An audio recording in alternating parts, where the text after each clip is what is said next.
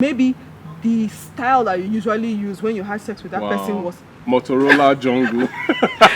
Let's say car style. Every time people used to do it in the car. Because and now, you're broke, you don't have money for a hotel room, or you're living in your parents' house. Now, you are now married to somebody else, but you are still friends with your ex. When has a correspondence gone too far? I think a correspondence has gone too far when a spouse starts using words that the spouse cannot allow their other partner to see, or start using emojis that are inappropriate. For example, can emojis be inappropriate? Jesus Christ. Like you do I don't understand. Like when I first got emojis. When I first got married to my husband, if he's sending a text maybe to a single person, he can say, "Oh, long time," and he will now put I've never put kiss, so have I ever done put that emoji that used to smile. Blow kiss. That one I don't do. I told my husband, I say, please, I don't know where you're coming from, but me, are you saying that we are generations apart? I don't know where you're coming from. I'm still young, forget. Of course, but where I'm coming from, you cannot be married and you are, no matter how holy you are sending it. I don't see why a married man or a married woman will send a single person an emoji that has anything that has to do with kiss. I think the highest that is that a married man can even send to somebody else is a hug. And if you know that there's something that can happen, then there's no need to send a hug emoji. But to now send kiss emoji as a married man, to me, I don't see. Well, you know, people can actually argue. People can actually argue this. Some people might say, "Oh, it's just an emoji." You understand? It may not really. Until you send an emoji. Until you send the emoji, somebody will now send you new pictures. The person will not be wet. When the person is wet, then you will not say what. But how can emoji make somebody wet? What was the person even thinking? It's the mindset now. Have you not? Are you saying I'm naive? but really, when you are corresponding as a married person, maybe with other single ladies, maybe your workers. What's the timing? I don't think there's really a timing issue, but you have to be very conversant and sensitive to what will infuriate your partner. But your partner also has to be understanding, so that you don't now start finding yourself that some things are really important, maybe for business. Then you cannot express yourself to your partner anymore. Then you now go and be hiding to make calls. I know that there are some men out there that are looking at me now. Some of you cannot take some calls, even if there are no issues on it. But because of the way your wife will respond, you now say, I forgot something inside the car. You go there, you make call, you go laugh, tire. After laughing, then you now come back home. That one too is a sign of like you are drifting. And those are some of the things that you use to check yourself, whether you are drifting or not. Then, sexting. Sending some kind of text messages that the person is not sure whether you are hitting on them or not. You know, that kind of two-edged sword kind of communication. That what sexting is. That's sexting is sexual texting. That's just what sexting is. Sexual texting. But I'm trying to tone down. I'm trying to tone it down. But you know, there was a certain married man, a story I heard of, you know, who sent a dick pic. What the hell does that mean, really? But he sent a dick pic to another young lady. As a married man, man, that's... Imagine your penis is on social... It's not as if you are into the adult industry, but your dick pic is now moving from one WhatsApp page to another. Trust me, that one doesn't. It's not even... And I don't even think that is it. They did not see his face now, so they will not know. They didn't see his face now, but you know, the thinking to even be able to send that message across, you know, I don't think it's right. I don't think it's right. It's not something that should be encouraged. I don't even encourage married people to begin to do a whole lot of all these nudes and all that. Imagine somebody steals your phone, then all your news are online. Come on. But there was a man that I listened to, and he said that his wife, that his phone is cloned, and his wife can see his messages, can see his pictures, can hear his calls. On a realistic note, how many spouses do you think can clone? Many. Be able to curb all this cheating, another thing and emotional entanglement. For me, I don't think you need to go that far to prove a point to your partner. You're not proving a point. Wait now. Wait. Okay, some people is proving a point. Okay. They want to prove a point to their partner that, okay, I'm for you. If you are for somebody, you are for the person. You understand? For you to now clone your phone and do all of those, especially for the kind of profession that we have, I cannot necessarily clone my phone. What about checking off spouse's phone? I don't believe in checking off spouse's phone.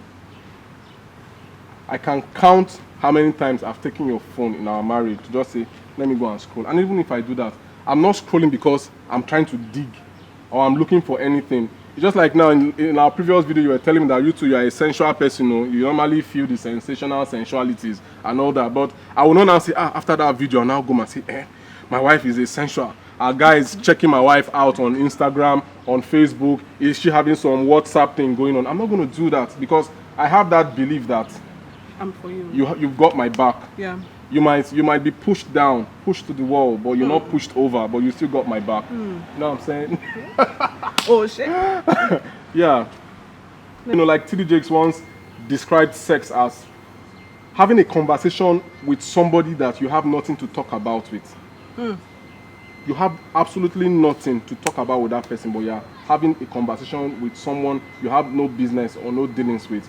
So in dealing with the fact that, okay, spouses you have your ex. Some people's body count. I'm not trying to disparage anybody. Some people may be topping body count like 100, even 200 body count and all that. What do you mean by body count? Body count like people that you can call your exes, people that you've had sex with. Oh, okay. Okay, so exes are people that you've had sex with, not people that you've not had sex with. It could be both ways. It could be that you are not in a sexual relation, but let's even take out the sex factor now. Let's just say people that you've been in a relationship with. Okay. People that are your exes, you've dated, all of, because some dating is not sexual. Do you understand? And that's really cool. If you can hold it up, awesome. Thumbs up to you. But basically, when you now find yourself that you have an issue with your husband, the next person on your speed dial, the person's name is Angelo, but you now go and put Musa there, or you put director. Or plumber. No, plumber, your husband will code. You now put director, or you put executive secretary, ES. All these funny things that couples do. I think what's based on our own understanding, I think you are of the point of view that when you leave an ex, you You shut down, cut man. off. You shut down. You lock the back door and you throw the keys. Yeah, that's my view, basically. I don't believe that if I have an ex or exes, I should totally cut off and throw away. So that's like the difference between us. And I think it's very obvious. Like, if you have exes that you've had sex with, or that have been in a relationship with, I think that's a better way of packaging this story. Yes, you might be better off cutting it off because of the intimacy that went on. Okay. And so that's the reason why you have to actually cut off and throw the key. But if somebody else have had a relationship where there was no sexual nothing intimate, nothing too deep, nothing digging deep, nothing digging deep. Why I understand. I should now cut off and throw the key away. You understand? But depending on there's no right or wrong. Do you understand? And there's really like no emotional tie in that kind of relationship. That's for me, because number one, even if I talk to this person, first of all, I don't have any sexual thing to remember, and I don't have, the only thing that I have to remember there is the good and bad times. A good time, bad time, mutual respect, and listen, no other thing. But if somebody else that has had exes, that's had sexual experiences, that person might be more prone to repeating that same thing because of the experience. So for some people now, if, for example, they marry their husbands or their wives as virgins, they don't know that's like the other side of another man's penis. They only know one size of penis, that is the size optimum. The optimum prime. That is the optimum prime. They only know optimum one size. Wait, let me really describe optimum prime. And that is the only size. Optimal satisfaction tool that is working at its prime level. You understand? That's the only thing that they know. So talking with their ex and everything, or may not generate they don't know certain anything things about it. You understand? But if somebody else have had sexual relationships, they might be easier to. It might be better for them to cut because, like, for example, now. That's if the person is single though, or even if the person is married. Sometimes things still go on. If you are still keeping a relationship with that person that you've had sex with, and maybe the style that you usually use when you had sex with that person was Motorola Jungle. Let's say car style. Every time people used to do it in the car. Because and now, you're broke, you don't have money for a hotel room, or you're living in your parents' house. You are now married to somebody else, but you are still friends with your ex. And people are in the car. Maybe you people met up to eat somewhere and you are now driving all of a sudden, that memory of the car Say what? Anything can happen. Yeah. Because you have that. But if I'm with my ex now, we're inside car, we're inside somewhere, I don't have anything to. There's nothing to gravitate you towards, except the person will now start feeling bad that if to say I know, I lost out. I lost out. For me, God save her. You know, you never can tell. The fact that people did not have sex when they were dating does not mean that they cannot have sex extramaritally. Do you understand? Because it could be that the person will be like, God, I don't want to use your name. Maybe Mosotella, bad. She can cook very well. She can do very well. And my present wife now, Margarina does not really cook the way Morella cooked. Then all of a sudden, Morella now brought some kind of food I used to like. They now say, Morella, Mozzarella. You'll be shocked and what can trigger. You'll be shocked that sometimes some men or women that have been involved in infidelity is food that causes it. It's one plate of rice like this. One plate of rice, the pepper went to hit the guy in one part of his memory and that he can never forget. All of a sudden, things just spring out. Or just a drink. They went to go and do shawarma together at night. Or they met at shawarma spot. So, what is your own take with exes? My take, basically, I don't think my own method of, closing the gates of hell and all that. Hell is what's behind, because we're looking up to heaven. Closing the gates of hell now means that I think sometimes, depending on maybe what you want to achieve per se in that particular, I can't have an ex on speed dial, I'm sorry. No, of course I don't. To all my ex out there, I appreciate you guys. I know you're watching these videos, whether you're liking it or not. And I respect you, trust me, I respect you 100%. And I don't have too many exes. I don't even think they are much. I can count them on my fingers like this. They are not much. But the fact of what I'm actually saying is that I respect you, and I don't think I communicate with you.